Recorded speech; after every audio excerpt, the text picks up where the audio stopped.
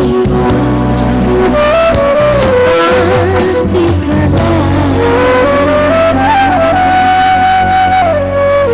Gus Dur kepada ibu, nanti di surga katanya kita akan berjumpa.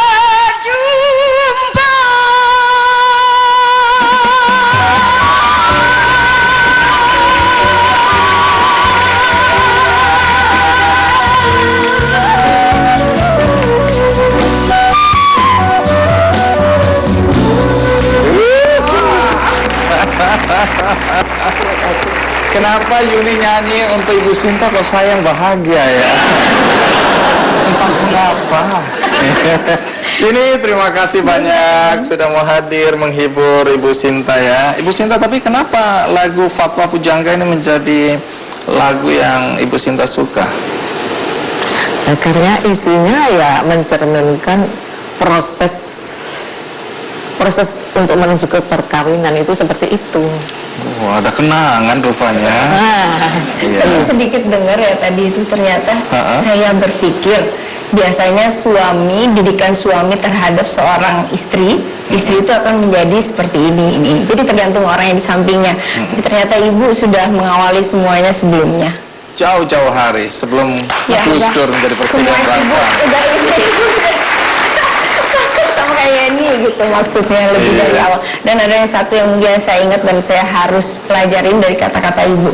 Sedikit sepenggal tapi saya tulis memang. Kita harus belajar memahami banyak watak supaya bisa berdamai dengan banyak hal juga. Gitu.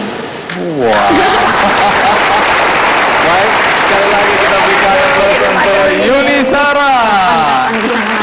Terima kasih Yuni.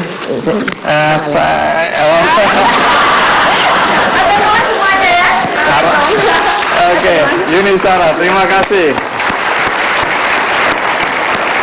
Baik, masih ada cerita dari anak-anak untuk Ibu Sinta dan tentu saja cerita dari Ngatawi Al Sastrau. Ikuti terus Ki Candy. Waktu itu Gus Dur ganteng nggak sih? Kira-kira kalau dibandingkan saya waktu itu.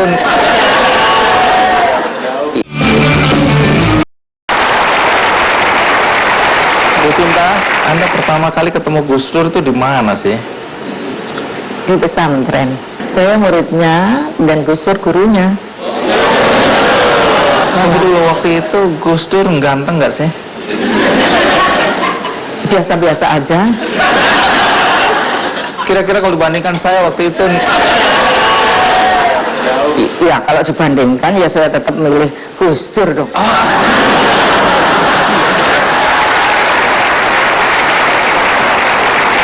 Ya wes, saya mau nanya alasannya nggak berani, nanti makin dipermalukan saya. Kapan persisnya akhirnya Anda menerima pinangan dari Gus Dur? Akhirnya Gus Dur memutuskan untuk melanjutkan kuliah di Mesir. Ya.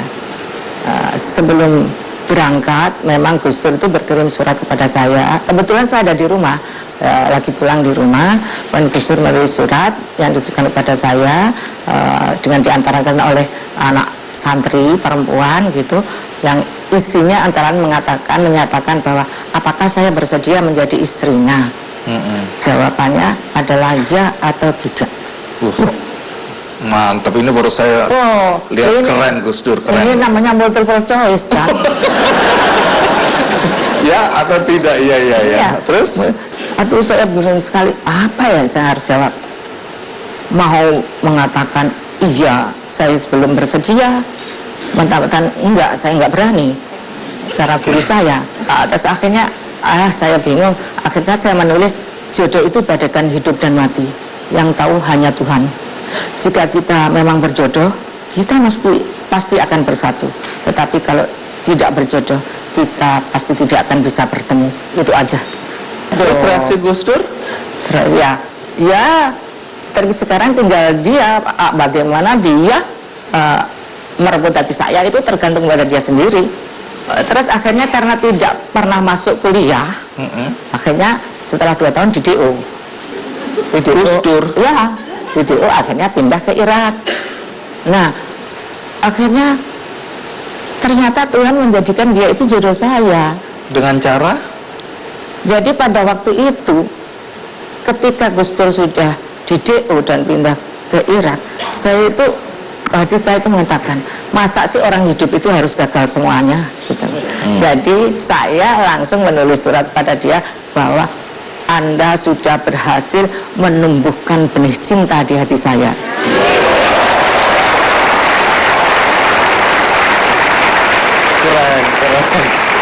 Keren ya, walaupun agak berbelit-belit tapi ujungnya keren. Baik, nah sebagai istri tentu ya, apa enaknya hidup sama Gus Dur ini? Ya, saya melihat bahwa ketulusan cintanya begitu besar. Waktu saya melahirkan itu, waktu anak pertama memang saya melahirkan di rumah ibu saya, masih di ibu saya yang membantu saya. Tapi ketika lahir anak kedua, saya di rumah sendiri. Jadi kalau malam bayi itu nangis, itu Gus Dur dulu yang bangun, kemudian menggantikan popoknya, mengangkatnya, memberikan kepada saya untuk saya susui. Setelah tertidur dikembalikan ke boxnya, kita tidur berdua lagi gitu. Romantis banget gitu. Jadi saya berpesan kepada generasi muda, kalau nanti kawin, perlakukanlah istrimu seperti itu. Jadi anak itu adalah anak berdua, bukan anak satu orang. Baik, di sini ada anak-anak. Saya ingin tahu juga pandangan anak-anak ya. Di sini ada Anita Wahid. Nah, sebagai anak, apa nilai-nilai yang Anda rasa ingin Anda warisi dari ibunda tercinta? Pertama adalah kegigihan, dan yang kedua adalah keikhlasan. Tadi kan Bu Sinta atau Mama gitu ya udah bercerita betapa gigihnya beliau untuk dapetin S2-nya lagi, walaupun dalam kondisi serba terbatas dengan fisiknya, kemudian juga kegigihannya dalam membela para perempuan yang teraniaya, kegigihannya juga untuk menumbuhkan kerukunan beragama. Tapi yang banyak orang nggak tahu adalah betapa besar kegigihannya untuk memperjuangkan masa depan keluarganya. Contohnya apa? Karena gini, mungkin orang melihatnya, wah enak ya menikah dengan anak kiai, cucu kiai besar, pasti semua tersedia. Padahal sebenarnya tidak seperti itu. Apalagi menikah dengan Gus Dur yang percaya bahwa semua uang yang masuk ke dalam dirinya itu sebenarnya adalah uangnya umat. Jadi cuma mampir gitu, diserahkan lagi ke umat gitu. Jadi hampir tidak pernah, yang sangat sedikit jumlah yang masuk ke kantong istrinya. Artinya dengan kondisi seperti itu, Mama menjadi salah satu tulang punggung utama di keluarga. Tapi beliau nggak pernah sama sekali mengeluh. Waktu kita masih tinggal di Jombang, beliau goreng kacang gitu ya, terus dimasukin ke plastik, kemudian dititipin di warung-warung. Itu beliau lakukan. Kiai, anaknya kiai besar jualan kacang. Betul. Kegigihan dan keikhlasan ya, dengan contoh tadi menarik. Nah, sekarang ya nih, dari semua pemikiran seorang Sinta Nuria, pemikiran mana yang menurut Anda paling punya arti? Pembelaan Mama yang sangat gigih terhadap hak-hak perempuan itu punya dampak yang sangat besar buat kami. Anaknya perempuan semua. Kalau tanpa peran ibu yang kuat, mungkin kami tidak bisa semaju sekarang dalam kiprah kami di masyarakat. Mama selalu menguatkan kami, memberikan semangat bahwa siapapun bisa maju kalau mau berusaha. Nah, Alisa sendiri, apa yang Alisa rasakan paling kuat dari figur seorang Sinta Nuria? Jadi gini, pernah suatu ketika di istana waktu itu saya habis dimarahin. Biasalah kita berbeda pendapat, saya dengan ibu berbeda pendapat. Dilalah saya harus waktu lewat kantor bapak mau ke kamar mandi, dan kalau ke kamar mandi kan pasti dituntun oleh ajudan atau putri-putri. Saya yang nuntun. Bapak orangnya sangat sensitif juga, jadi bapak tahu kok saya diem gitu.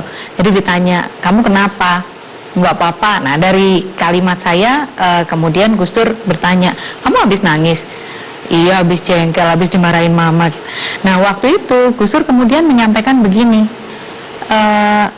apapun kondisi, apapun misalnya dimarahin oleh Mama, kamu harus ingat loh bahwa kamu bisa begini karena Mama. Mama itu nggak pernah minta apa-apa ke Bapak. sama sekali nggak pernah nuntut. Bapak nggak bisa memberi nafkah juga mama nggak pernah nuntut. Mama yang nyekolahin kamu, mama yang motong rambut kamu, mama yang buatin baju. Jadi ibu itu sangat mandiri.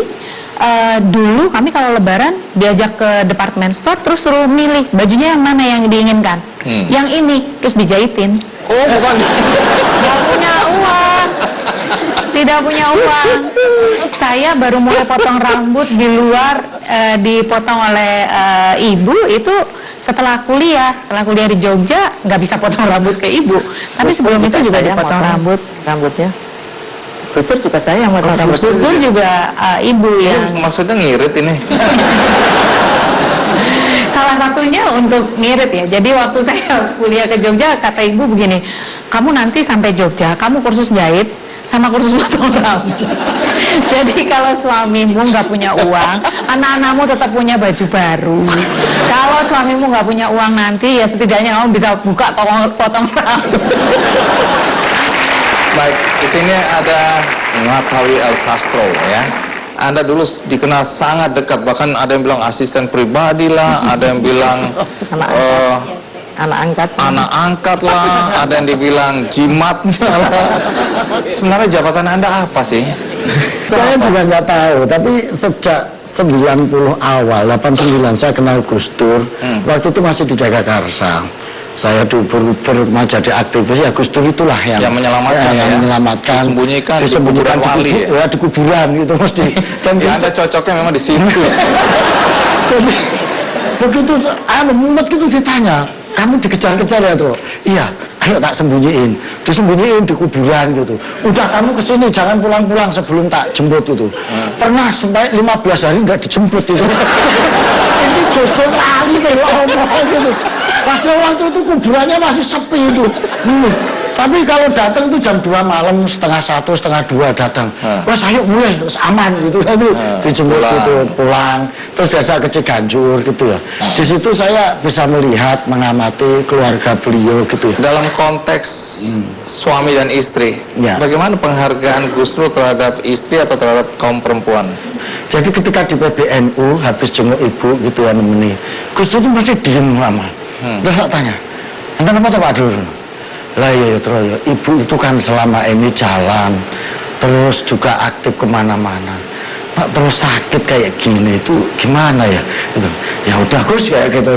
Nanti kemudian datang kan Sobari menjeti kakinya. Gitu. PBNU waktu itu. Saya Gus Dur risau ya ketika. Wah sangat risau Pak. Sampai beliau nggak tidur di rumah, itu tidur di PBNU untuk gelar tikar, gelar karpet di situ. Terus kita temani rame-rame, nanti pagi jenguk ibu gitu. Jadi ya anak-anak saya itu nggak pernah dijenguk waktu itu, kayaknya ada di rumah ya hidup sendiri kayak gimana. Gus Dur jarang pulang waktu itu, waktu ibu sakit itu. Di situ saya bayangin bahwa kan akhirnya saya jadi mikir. Ujian laki-laki itu ketika istri sakit gitu, tapi ujian istri itu ketika suami nggak punya apa-apa gitu. Tepuk tangan dulu kan. Ya, sematur nuwun. Ini memberikan perspektif bagaimana Gus Dur di dalam lingkup keluarga ya. Nanti kemudian saya akan melanjutkan pertanyaan. Ikuti terus Kick Andy.